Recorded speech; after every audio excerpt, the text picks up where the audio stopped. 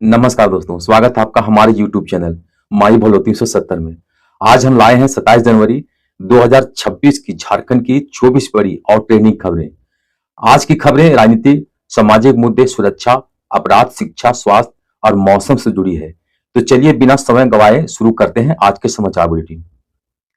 गणतंत्र दिवस 2026 झारखंड में जोरदार आयोजन। 26 जनवरी को झारखंड में गणतंत्र दिवस समारोह धूमधाम से मनाया गया।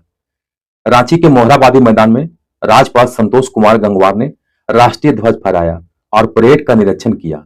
समारोह में 18 टुकड़ियां शामिल रही और सभी वीर शहीदों को श्रद्धांजलि दी गई। सांस्कृतिक विरासत के बल पर 2047 तक विकसित भारत बनाने में अग्रणी भूमिका निभाएगा। राष्ट्रीय मतदाता दिवस पर जुआ से अपील। झारखंड के निर्वाचन आयुक्त ने जुआ मतदाताओं से जिम्मेदारी के साथ मतदान करने का आह्वान किया है।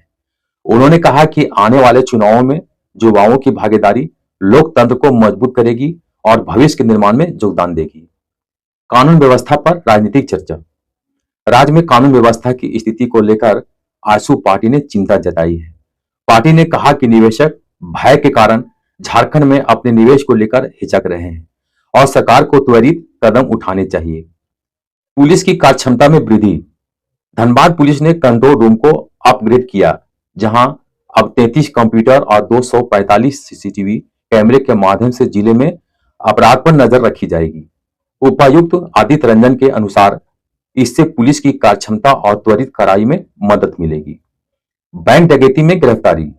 धनबाद पुलिस ने उड़ीसा के ओझर बैंक डकैती के संदिग्धों को धनबाद से गिरफ्तार किया।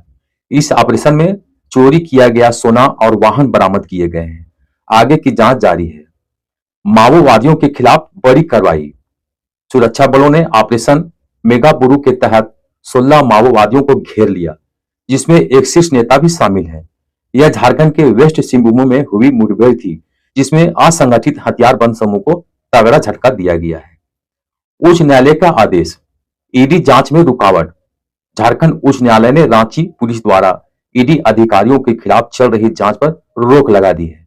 अदालत ने कहा कि एक संघीय जांच एजेंसी काम में अवरोध नहीं होना चाहिए और सरकार को उत्तर देने का निर्देश दिया।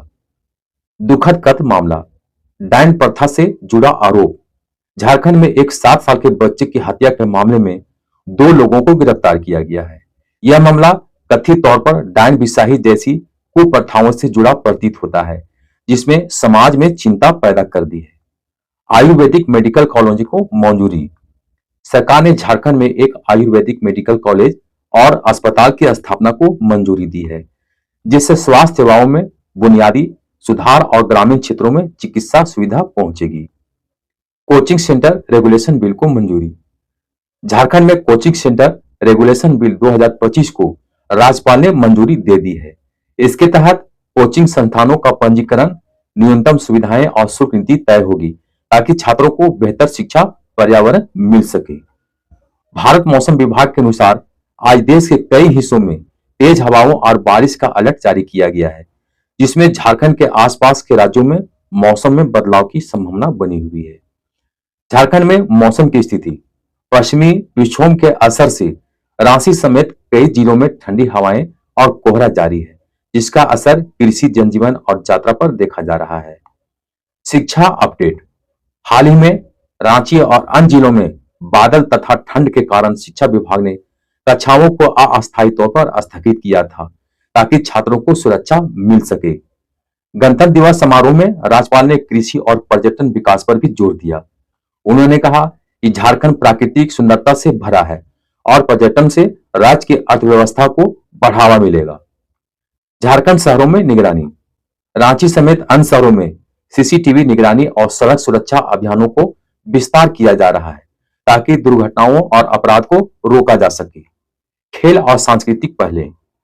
विभिन्न जिलों में खेल प्रतियोगिताएं और सांस्कृतिक कार्यक्रम आयोजित किए जा रहे हैं, जैसे फुटबॉल प्रतियोगिताएं, मेलों का आयोजन और सामुदायिक सभाएं, जिनमें लोगों की भागीदारी बढ़ रही है।